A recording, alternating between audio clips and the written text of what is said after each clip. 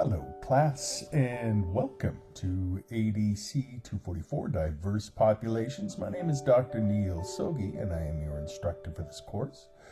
Now, last week we laid the foundation of cultural competence in addiction and mental health counseling. We discussed why it's not just a helpful approach, it is a clinical and ethical requirement. And so today we'll take a powerful step towards focusing specifically on Indigenous worldviews and health and healing.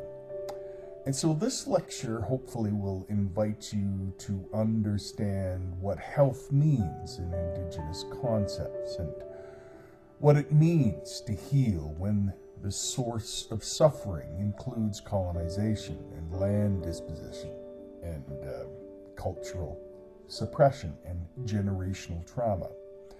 So we're going to focus today on Indigenous worldview in a broad sense, not a static belief system, but living systems of knowledge that are very intimately tied to location, to place, to language, to family, and to spirit. So these worldviews are holistic and relational. They do not separate the physical form from the spiritual or the individual from the collective.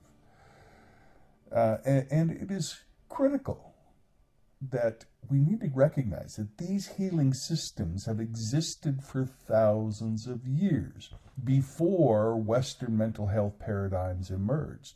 They are not alternatives to mainstream treatment. They are original and enduring frameworks that continue to support the well-being of Indigenous people around the world.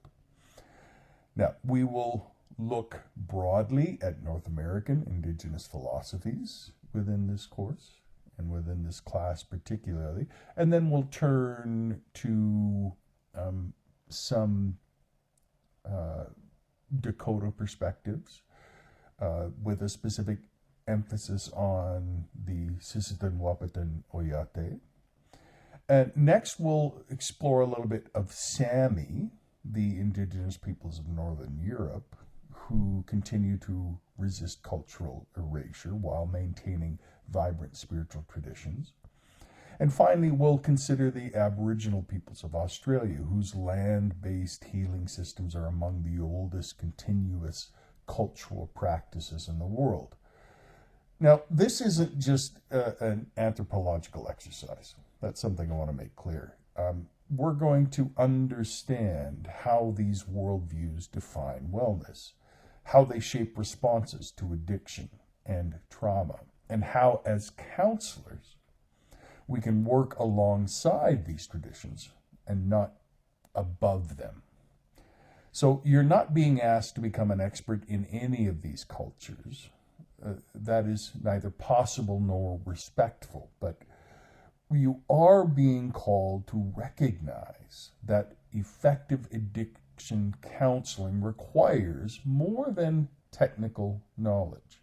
It requires respect and openness for other knowledge systems and for recognizing that people live and have their lived worlds and fill their lived worlds with other knowledge systems, many of which have been dismissed or suppressed by the very systems we work within. So today is about openness and it's about learning, where we can kind of center voices and traditions that too often go unacknowledged in mental health education. So as always, what I want to do within this lecture is start with a story about somebody that is very important in the field and has contributed something to the field, and hopefully one day you will be highlighted in these stories as well, as we grow and continue from one generation to the next and try to improve our ways of understanding and counseling. And then we'll dive into the three main themes for today. So the first theme being finding a foundation of Indigenous worldviews and holistic healing. And some of the main concepts that I really kind of want to bring out here, first off, the whole idea of relationality. That is, that there's an interdependence of all beings. That is something that is very present within Indigenous cultures.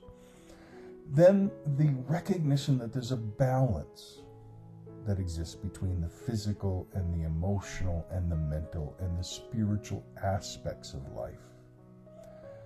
And what tied in with that is the role of land and of relatives and of ancestors and of ceremony and community and healing.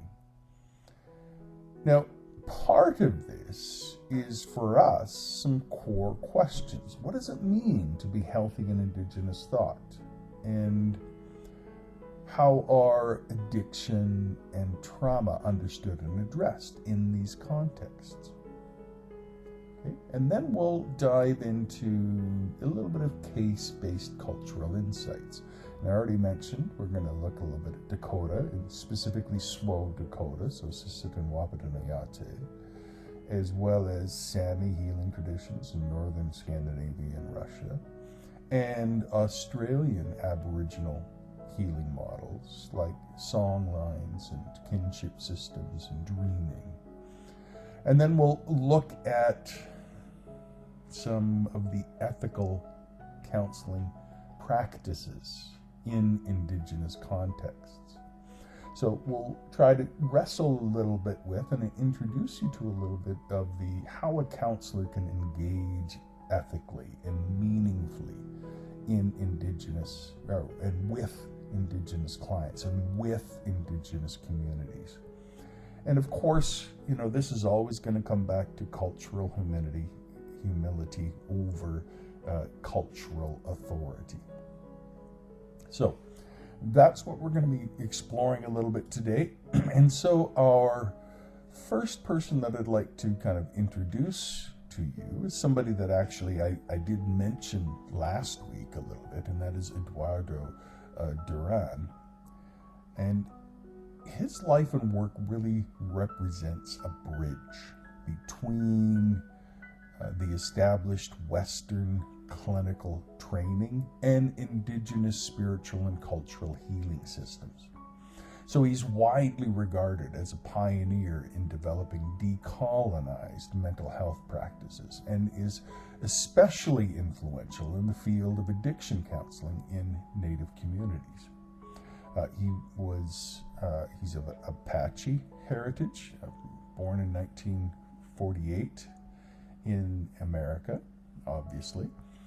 And he, by profession, he's a clinical psychologist. He's also an author and a healer and a cultural consultant. He's a private practitioner, generally speaking, but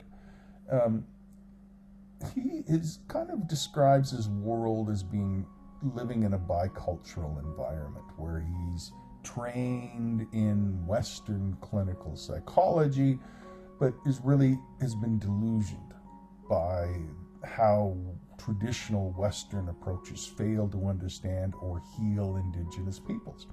There are some things that just aren't practical that it's important for people to kind of be mindful of. And he saw a real weakness, particularly in the areas of addiction and trauma and spiritual illness. And so he's really been interested in a synthesis of Indigenous knowledge systems and clinical psychology to try to address what he describes as soul wounds, and as well as cultural oppression.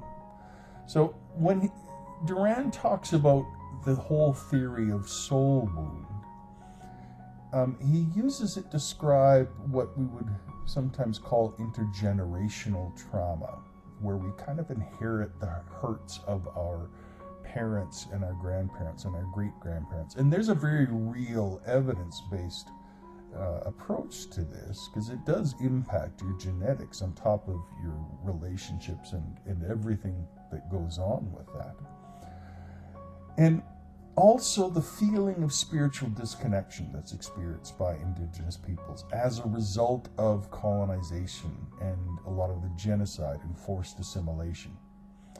And he has a landmark book that you might be interested in reading, and you can see there that there's a cover of the book there, and it's called Healing the Soul Wound, Counseling with American Indians and Other Native Peoples. And in that, he writes that the soul wound is not just psychological trauma. It is a spiritual injury passed down through generations, embedded in the cultural memory of our people. And this concept reframes addiction not as a personal moral failing or simple brain disease, but as a symptom of historical and collective trauma, which requires not just therapy, but ceremonial and cultural and spiritual restoration. And so his clinical practice really does critique a lot of the Western models, like an over-reliance upon individualism and disregard for ancestral memory. And so he views the counselor in some ways as a ceremonial healer, someone that journeys along with the person. They don't have to be the expert in a white lab coat, per se. In his practice, he argues that there's some real value for the use of storytelling and mythic narratives in therapy, and exploring spiritual dimensions of grief and addiction and trauma, and helping clients to reconnect with language and land and cultural identity can go a long ways to form the wellness of the person, which makes a lot of sense because basic identity theory says that, that is what holds us together and gets us going during the day. Now, his models have been adopted and really kind of influence a lot of the larger indigenous models that we have today. So when we talk about Wellbriety movement and the Red Rose Recovery movement, those kinds of things have been influenced by Duran's work to a great degree.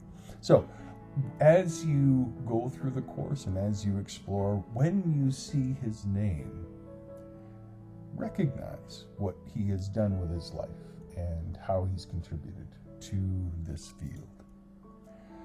Now, let's take a little bit of time and focus on some of the foundations of Indigenous worldviews and holistic healing. Because to understand Indigenous approaches to healing, especially in the context of addictions, we really need to begin by stepping outside of the dominant Western medical framework and entering into a very different way of knowing. Now, that doesn't mean you set aside evidence-based treatment. Of course not. There's an immense amount of value there, but it requires us not just to learn new concepts, but to be open to and maybe sometimes unlearn certain assumptions.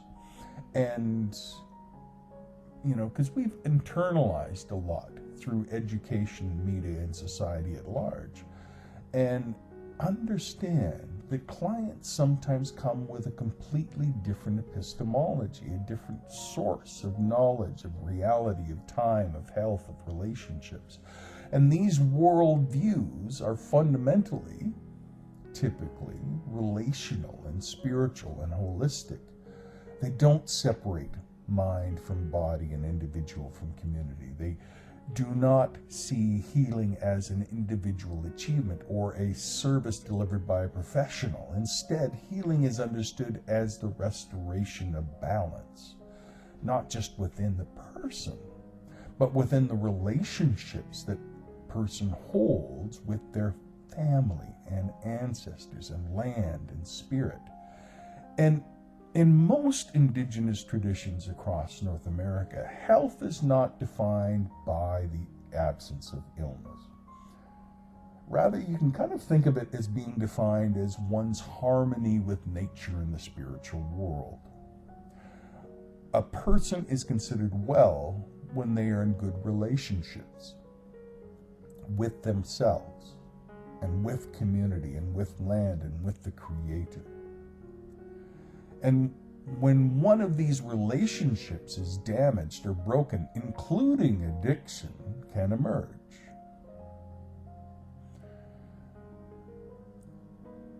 And this sense of interdependence, sometimes referred to by scholars as relationality, is perhaps one of the most elemental parts of Indigenous thought. You're not an isolated self. You are a being who is woven into the fabric of your family, your ancestors, and your community, your ecosystem, and your cosmology. It includes relationships not only with humans, but with animals and plants and waters and seasons and the sacred. The whole Lakota concept of all my relations. You know, when you introduce yourself, for instance, people will ask you, well, what do others call you? Essentially what it says.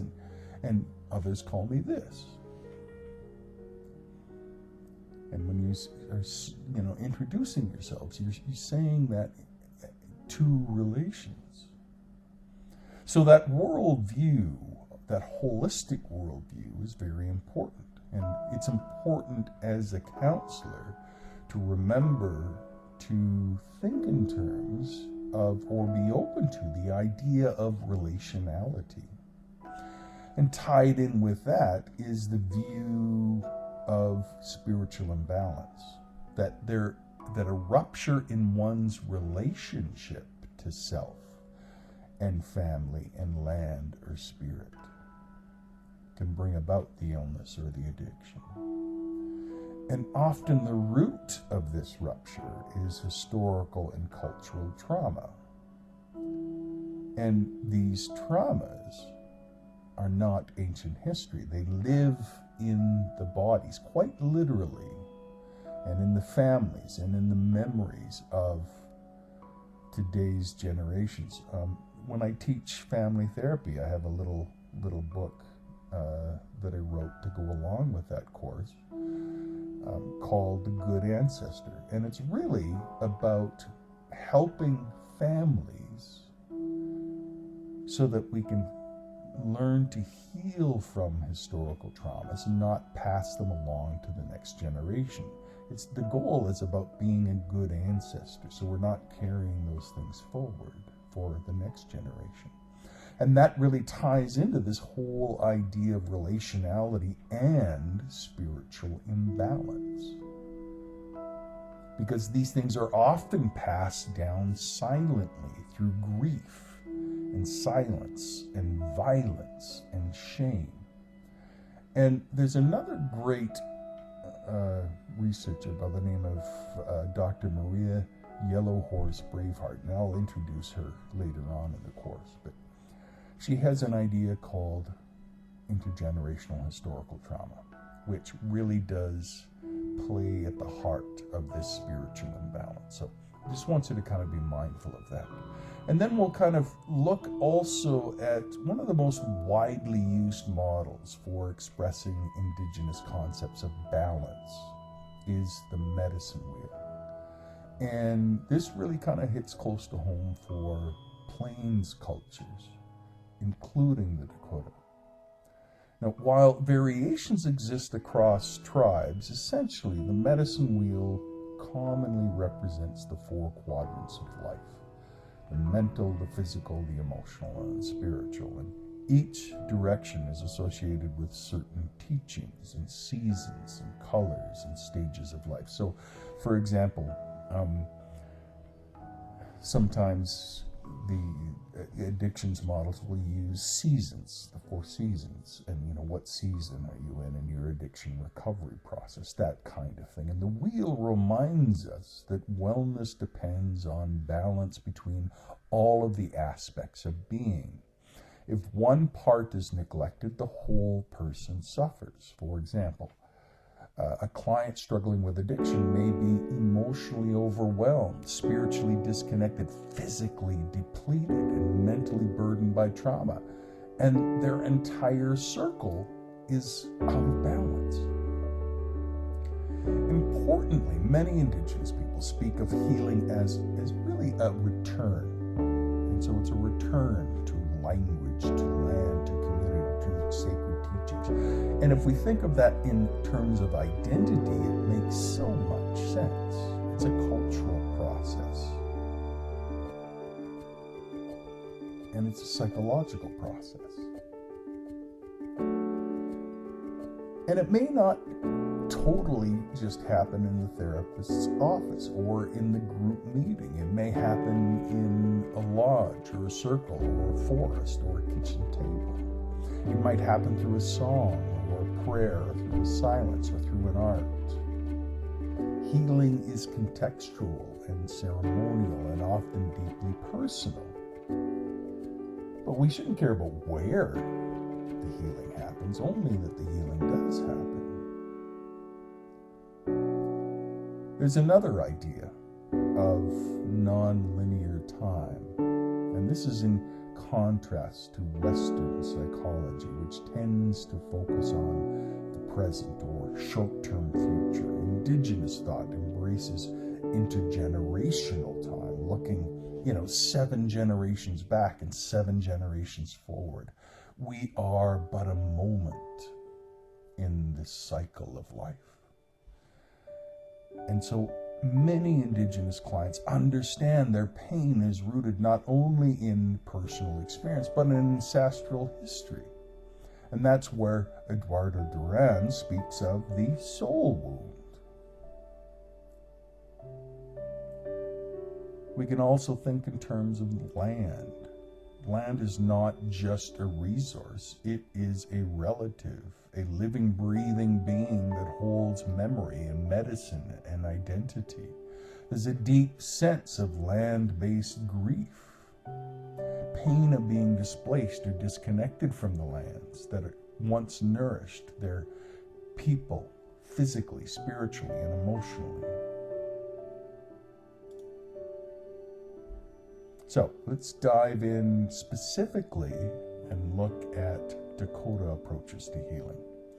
And then we'll circle our way back throughout the course to this, of course. But I want to kind of just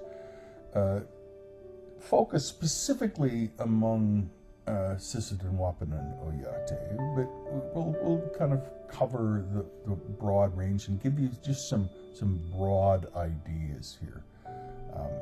Be mindful that the Dakota department at the college here will be able to give you much more specific information. But what my intention is to do here is to just help with some of the basics. So we first understand the spiritual and relational framework through which the Dakota people view the world. Their worldview is not merely philosophical. It is lived daily. It's embedded in family and language and community and prayer and relationship with the land. And it's political. The Sisseton and Wahpeton are 2 of the original Dakota bands of that the great Dakota nation, not Sioux nation. Need to kind of be mindful of language as well, because historically this resides, around the Minnesota River and the northeastern South Dakota, and so today the Sisseton, Wapanan, Oyate primarily live in the Lake Traverse reservation in northeastern South Dakota, but people spread around. And the main ideas I want to kind of bring out here, the idea of interconnectedness and relational. A person is not a separate individual. They are a node in in a vast network of relationships. And these relationships are with land and the spiritual world and ancestors and community members, and the more than human world of animals and plants and elements. And among the Dakota, health is relational harmony. Now, of course, there's Western ideas now mixed in with all of that, but I just kind of want to give you the sense that when we have a disturbance in relationship with oneself, with others, with the spiritual world, we have a responsibility to the community and to the land to restore that balance, to restore that relationship. And that is living in the good way, as the phrase goes. And this idea really kind of emphasizes humility and generosity and respect and responsibility and balance. And so traditional healing historically has involved ceremony and kinship support and community responsibility. And we need to recognize that the trauma that comes with boarding schools and broken treaties and forced Christianization and cultural suppression disrupt many of these practices. I was just talking with a friend the other day, and he was kind of talking about this. You know, he's a Lutheran pastor, but he was somebody that his ancestors suffered in the boarding schools, and he was really kind of brought up just purely Western, and kind of feels like now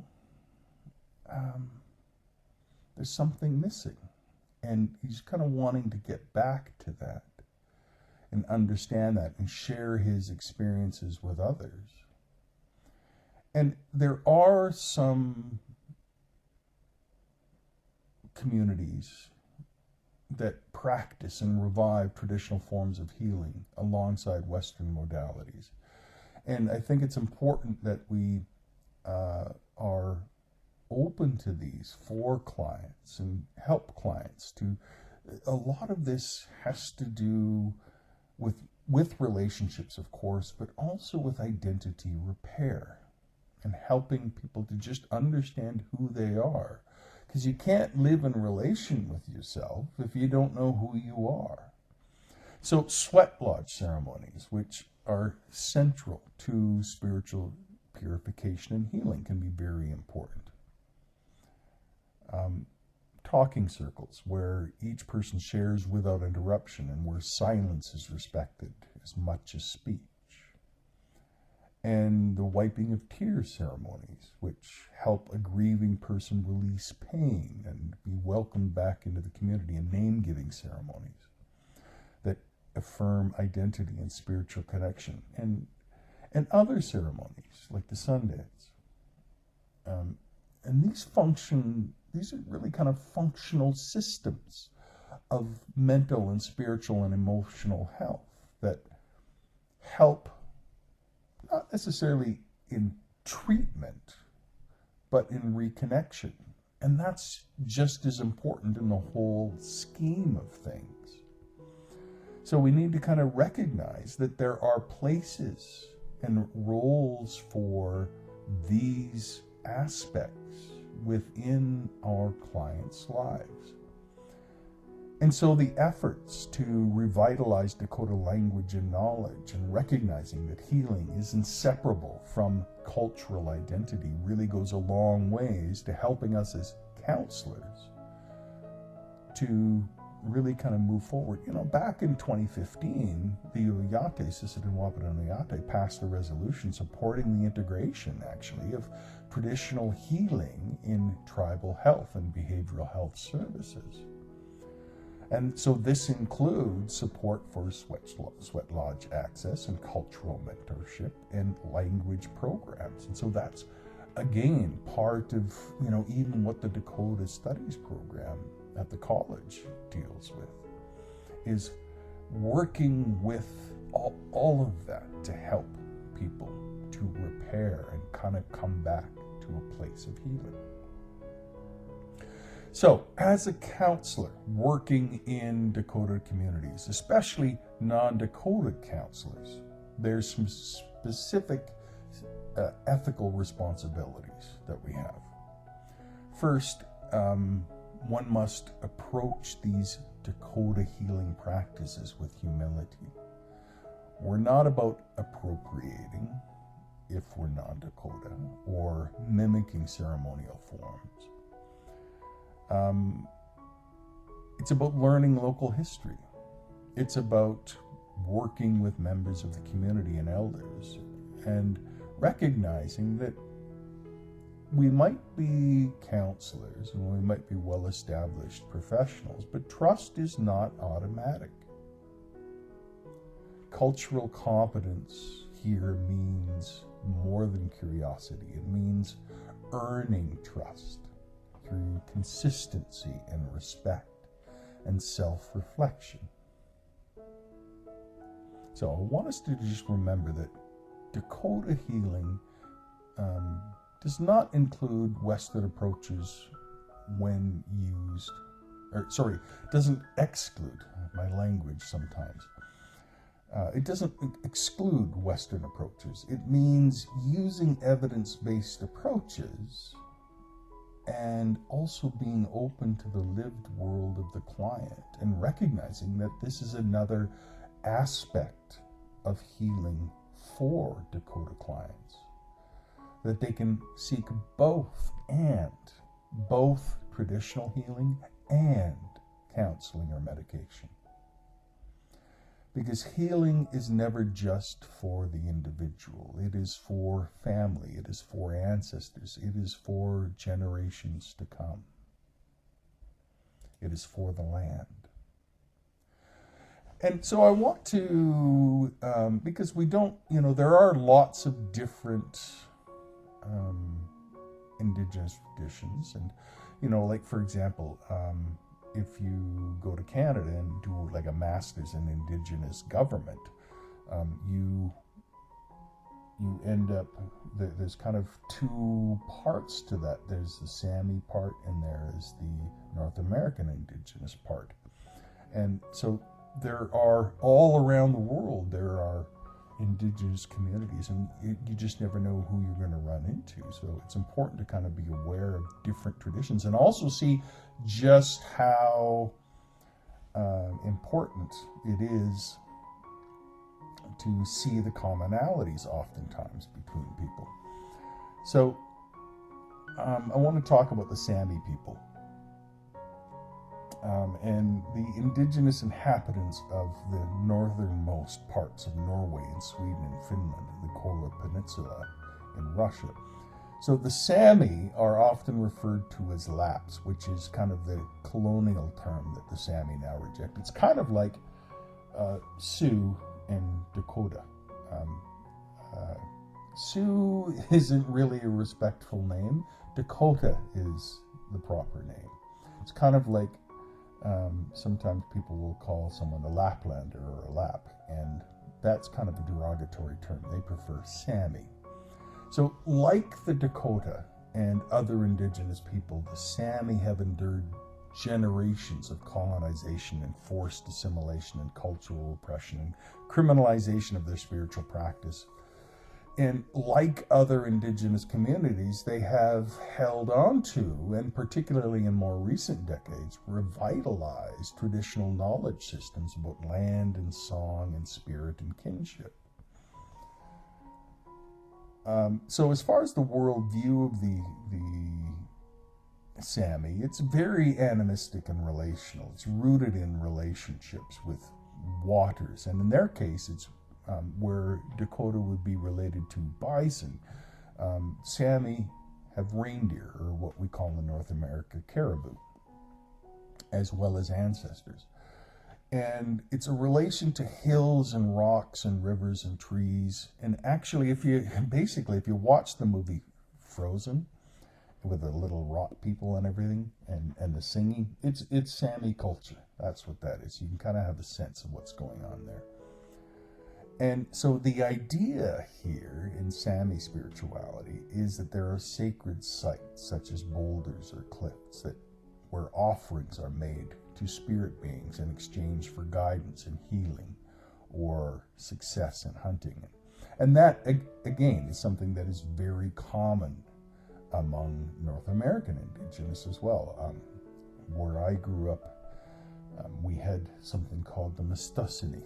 And the Mistusini was a large boulder, a glacial boulder. And you could, when I was a kid, you could go and look, and there would be like little pieces of beads and tobacco stuck in it.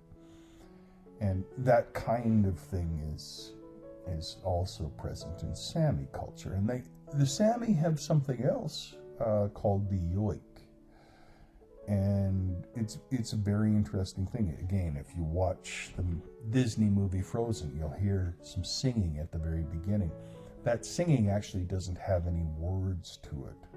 And yoiking doesn't have any words.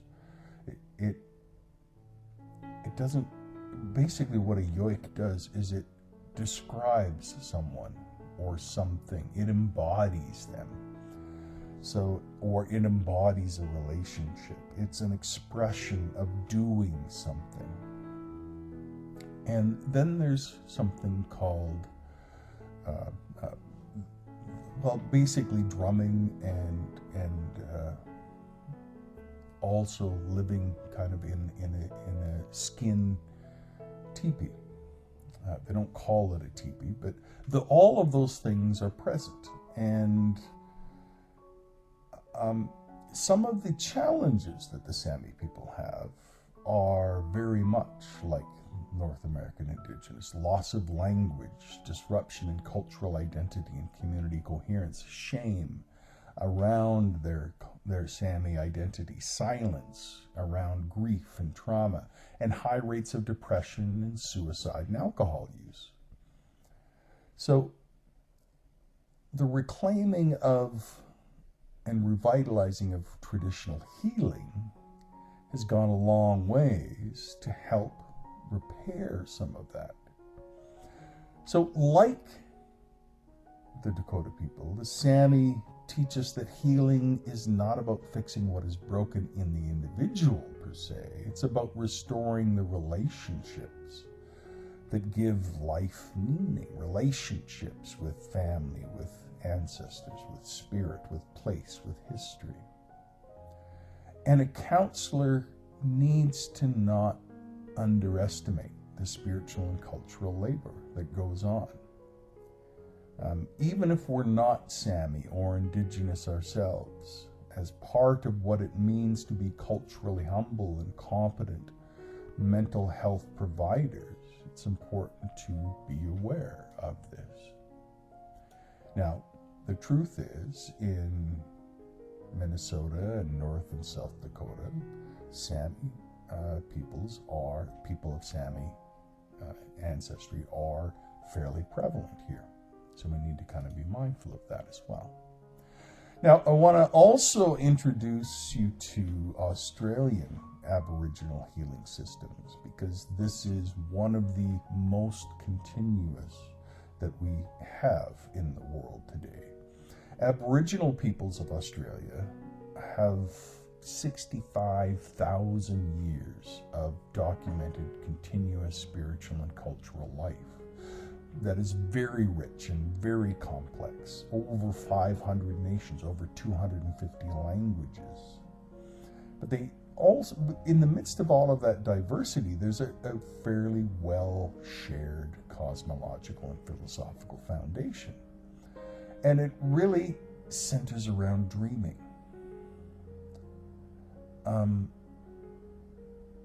And there's many different words for dreaming. And the dreaming is not a past event.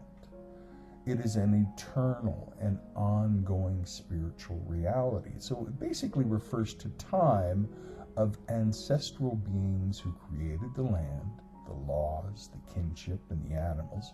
But it also refers to the present state of being in spiritual connection with that ancestral world. So the dreaming is both creation story and present ontological truth. So in this worldview, health is about living in accordance with the dreaming, walking in the ancestral path, following cultural laws, fulfilling one's role in the kinship system, and caring for one's country. And here we don't simply mean country in the national or the geographical sense, but in the spiritual sense, in the ecological sense, in the emotional sense, in the ancestral dimension of place. So in its purest form, it is spiritual or relational imbalance. That's what illness is again. It is addiction, is imbalance. And it's caused by disruption in this balance of relationship to country, to laws, to kinship rules. And so there are smoking ceremonies to cleanse the body and the spirit. There's song lines, which are basically sacred paths across the land marked by song and story. So you follow them. Following them is both a literal and spiritual journey of reconnection. There's also gendered knowledge. So there's different knowledge ceremonies for men and women. There's community grieving ceremonies, recognizing that there are ways to grieve as a community, and we don't have to grieve in private like in many Western cultures. And there's also eldership and storytelling, that there's a special role for elders to guide younger generations through oral teachings and discipline and relational accountability. But like other indigenous communities, they have suffered massacres and dispossession and banning of laws and ceremonies and movements. And so there's something called the stolen generations that the indigenous people of Australia talk about. Now, we can talk a long time about all of this, but I just want to kind of highlight those basic things because it goes a long ways to helping us to really appreciate that indigenous peoples have a vast amount of giftings to give people, to help us to understand what it means to be human. And so it's important as counselors to recognize that there is opportunities for clients to find healing outside of the counseling room. So let's kind of look at a broad level again, at the basic concepts of Indigenous healing. So while each Indigenous community has its own language and spiritual traditions and cultural history, there are foundational principles that appear again and again. And these principles are not techniques to be extracted. They're really lived worlds. They're worldview level concepts. And so we need to treat them with care and respect and recognize that these are places where we can help the client guide us through their lived world. One of those is relationality, one of those is balance, one of those is cultural continuity. So let's just kind of dive into these just very quickly to kind of understand them. So first off, when we look at relationality, it is more than the idea that we are connected. It is the understanding that our existence depends on our relationships. Our very existence is relational. And these relationships need to be cared for in order for us to really exist. This means caring for family and kin and ancestors and land and animals and spiritual beings and plants and seasons and even the cosmos itself. So when the people of a Dakota heritage talk about all my relations, they're talking about relationality at that deep level. In the Sami worldview, when they express a yoik, they're expressing that they're calling forth a relationship with beings and places. And when Aboriginal Australians talk about country, they're talking about relationality with everything around them, to law and story and memory. So it's important that one of the things that healing means is not just fixing the self. It is restoring relationships. And so that is why it's so valuable to have all of these things as part of the healing process. Family counseling, understanding family systems, understanding language and cultural stories, making spiritual practices and ceremonies available to people, making the land available to people, and listen for relationships. Relationships within the client's worldview is a place of healing. And this ties in with balance, because across Indigenous traditions, balance is a key thing. There's an interconnection between the mental and the emotional and the physical and the spiritual. And addiction in this context is not merely a brain disorder or a moral failing. It is often a symptom of imbalance. That's a way of viewing it. And so it's a survival response that arises when the spirit is overwhelmed and forgotten.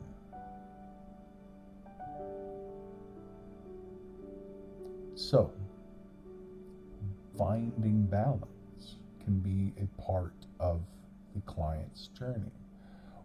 So a counselor can explore things like, what part of this person is out of balance? How can this person be helped to reconnect with what gives them meaning? Are we offering services that speak to the whole person, including their spirit? And then finally, cultural continuity. This ties in with your sense of self. How can you feel healed and whole if you don't know who you are? If you don't know who you are, you can be told that you're worthless and you will believe it. But when there is cultural continuity and you know who you are and where you belong and how to engage, evidence shows that drastically lowers suicide rates. It helps with addiction recovery.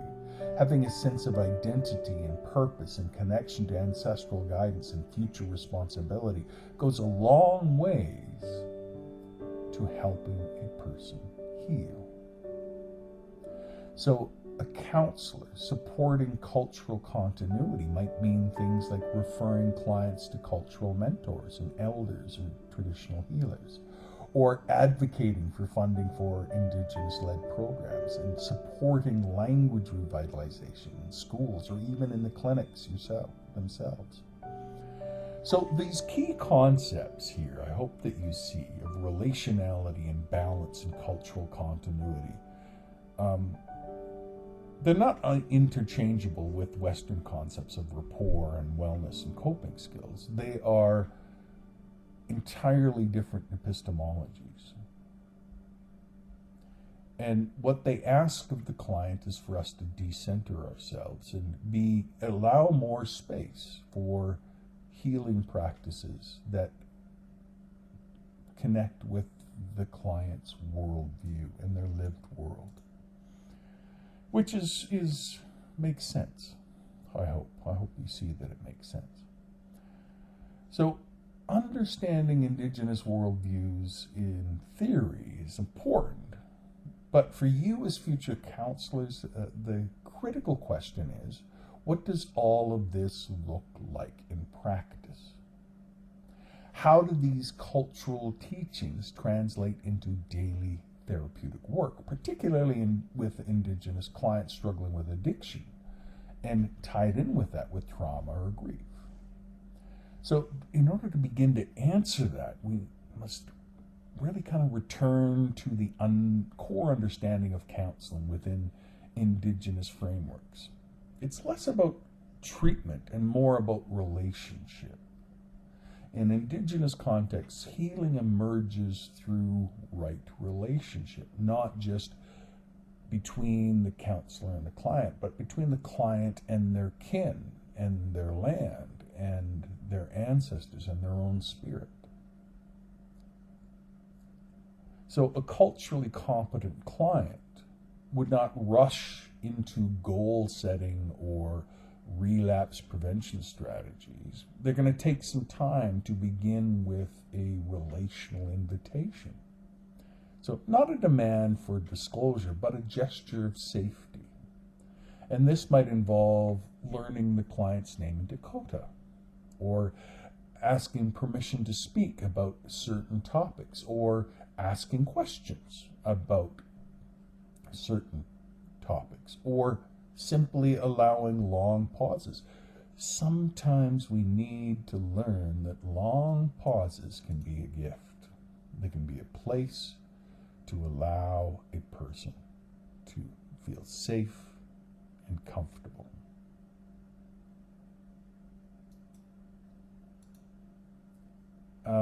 In the case of a Sami, working with a Sami, maybe they are aware of what a yoik is. Yoik, by the way, I don't think I have it written down anywhere, but a yoik it looks like joik, J-O-I-K, but it's pronounced yoik, to yoik. And so you might invite somebody, if they're familiar with that, to share a yoik that they have with their experience and help to navigate through the intergenerational sorrow. Maybe it's about, I guess really it's about making space, being present with the client, having patience with the client, and to recognize that the most meaningful therapy for many clients is what happens outside of the counseling session. So it can be about, assigning homework, basically, that helps the client explore other aspects of themselves. So in the context of addiction counseling, this shift can make all the difference in the world. To help the client to center relationally, to find balance, to be able to engage in cultural continuity. By offering not just a safe space, but, in essence, a sacred space. A place where a person might begin, perhaps for the first time, to recover their relationships and not just their sobriety. So if we've been listening closely to the teachings offered by Indigenous communities, then one truth that should become clear by now is this: that culture is not an accessory to healing. It is a foundation in the process of healing. And when that culture is ignored or misunderstood or actively dismissed by counselors or treatment systems, the result is often not just clinical failure, it is clinical harm. And this harm often begins with what we call cultural blindness. So that belief, usually well-intentioned, that counselors can treat everyone the same, regardless of their culture. That just erases differences and can lead to a lot of ignorance. People live within their lived worlds, and being able to be open to their lived worlds and the culture that they have inherited and that they identify with and belong to goes a long way. So cultural competence is not just about knowledge. It's about presence, it's about openness, it's about humility, it's about responsibility. And this helps the client then to find connection. When we listen, we are respecting the client. When we fail to listen, we are missing huge amounts of what the client is saying. We also need to recognize that, even when I am teaching you in a class like this, that it's going to slant towards clinical colonization. And we always need to kind of move and protect from that and have a wider view. Now, as students training to become ethical professionals in the field of addiction and mental health counseling, you are learning to navigate a lot of complex standards. I teach the addictions ethics course, and in there we cover things like informed consent and confidentiality and scope of practice and client autonomy and professional boundaries. And these are not optional guidelines. These are ethical and legal expectations that are codified in state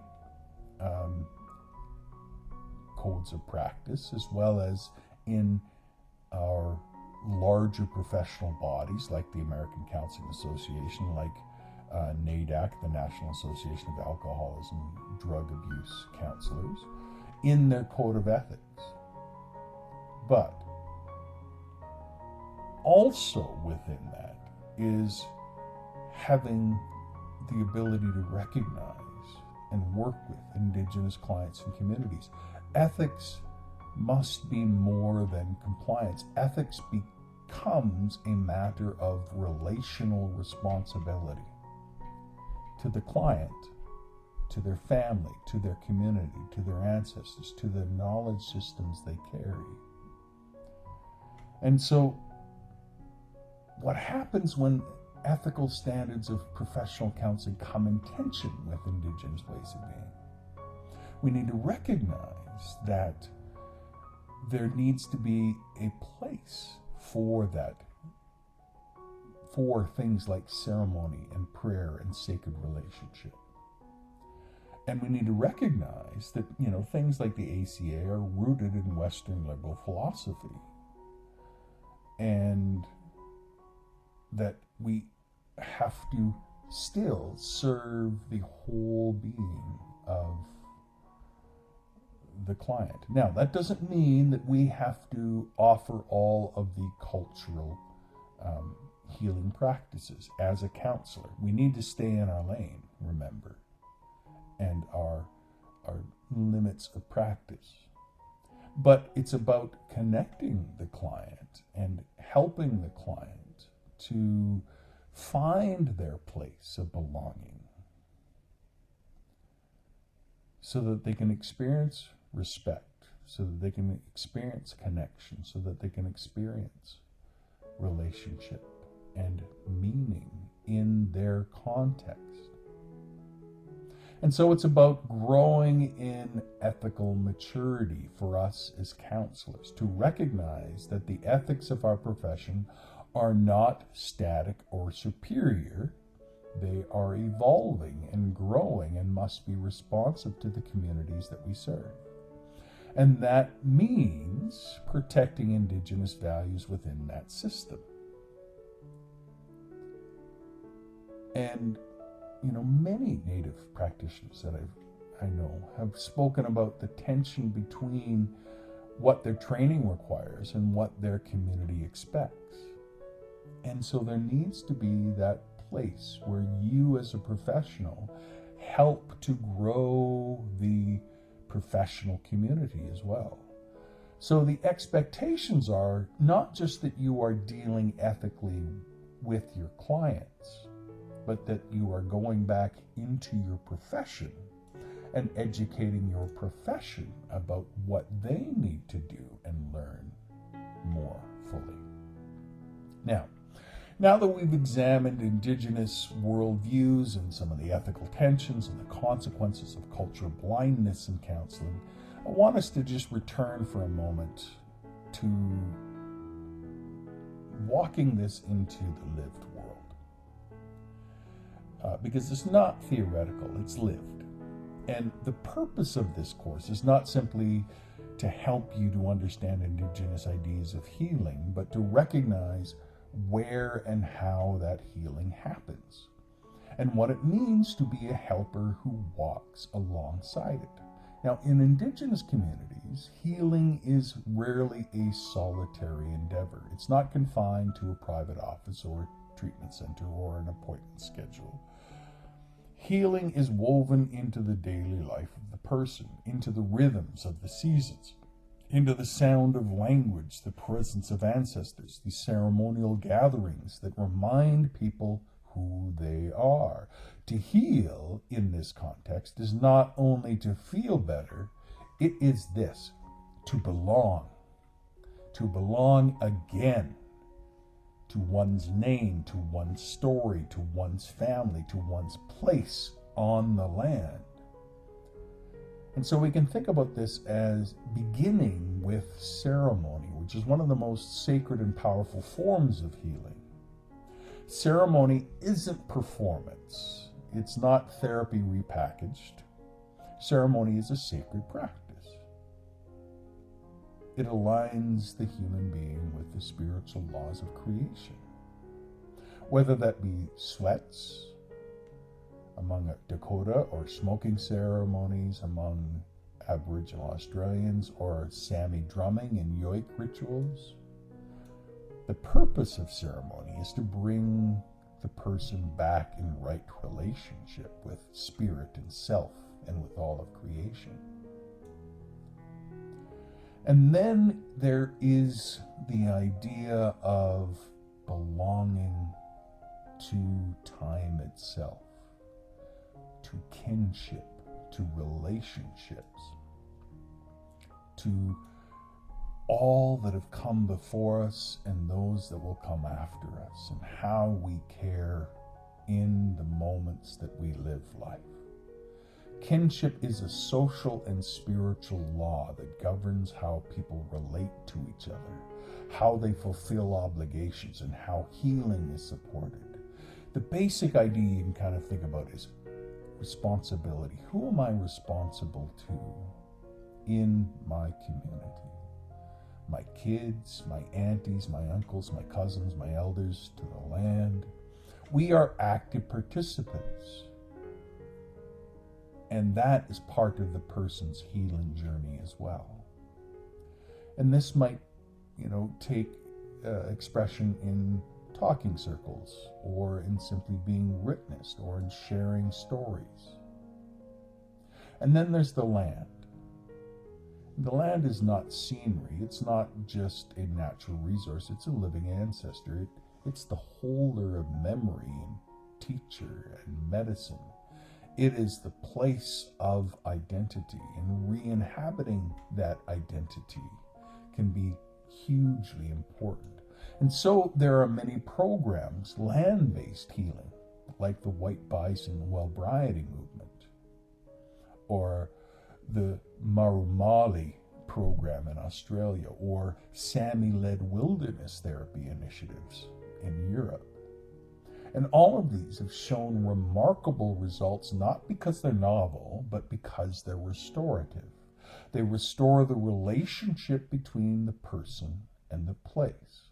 They restore rhythm and prayer and silence and humility and all of those aspects. It's about coming home. It's about belonging. That's what living healing is about.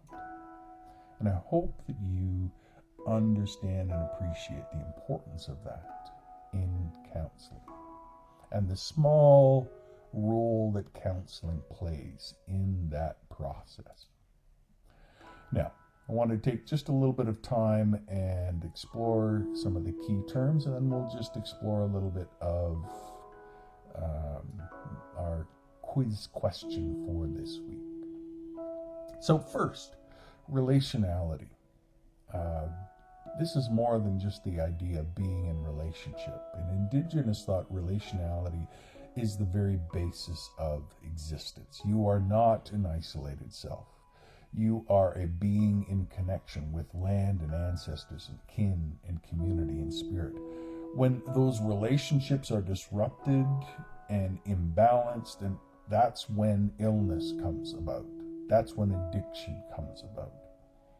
And so restoration involves returning to those relationships through ceremony, through story, through silence. Then there's the idea of cultural continuity. And time, oftentimes, in Indigenous circles, isn't linear. Healing is not confined to the present moment. A person's wellness is linked to what became before them, their ancestors, their language, their land, and also to what comes after, their descendants, their teachings, and their contributions.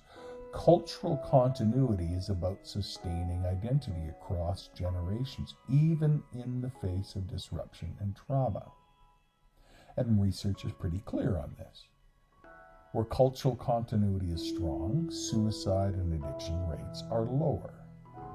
And where it is broken, suffering deepens. And finally, balance. Healing in Indigenous contexts is always about balance between the physical and emotional and spiritual and mental aspects of a person. And these are not separate domains. They influence each other. If a person's spirit is crushed by grief, their body's going to ache. If their connection to land is severed, their emotions are going to be frayed. The medicine wheel here offers one framework for seeing this interconnectedness, but it is only one expression of that whole broader principle, that we are whole beings. And we heal best when our wholeness is honored. Hope you can see that, appreciate that, and incorporate that into your own way of doing counseling, and recognize that the human experience is much broader than just what goes on in the counseling office. And then for the question, a Dakota client in early recovery tells you that he is preparing to participate in a sweat lodge ceremony led by his uncle. He expresses that this will be his first time entering the lodge since he was a teenager, and he hopes it will help him clear his spirit and get right with the Creator. How should you, as a culturally competent counselor, respond? And I would suggest here that C would be a good answer, that you affirm the importance of this practice in his healing and ask if he would like support in preparing for or reflecting on the experience afterwards. And what this does is demonstrates cultural humility, clinical support, and a relational respect without overstepping the cultural boundaries or dismissing Indigenous spiritual knowledge. It's not about taking control of the ceremony or evaluating it. It's about you recognizing it as part of the client's healing path and offering yourself as a respectful ally. So, we've walked through teachings from Dakota people, from the Sami, from Aboriginal custodians of the oldest spiritual traditions on earth. And if there's one truth that really echoes across every culture we've explored, it is this, that healing is a collective responsibility. It is not confined to treatment plans or therapy sessions. It is owned by clinicians. It is not owned by clinicians or measured only by some psychometric tool. Healing happens when a person is invited back into the circle of life, when they are heard, when they are seen, when they are held in relationship with their people and their stories and their land. So as counselors, especially those of us that may not be Indigenous ourselves, we have a responsibility not to adopt or imitate these traditions, but to honor and protect the spaces where they live. And that means knowing when to speak and when to stay silent. It means asking, not assuming. It means advocating for clients' cultural rights and making space in our systems for practices older than our profession itself. It's about humility, ongoing learning, and above all, relationship. Hope you enjoyed this lecture, and I will see you next week. You take care. Bye-bye.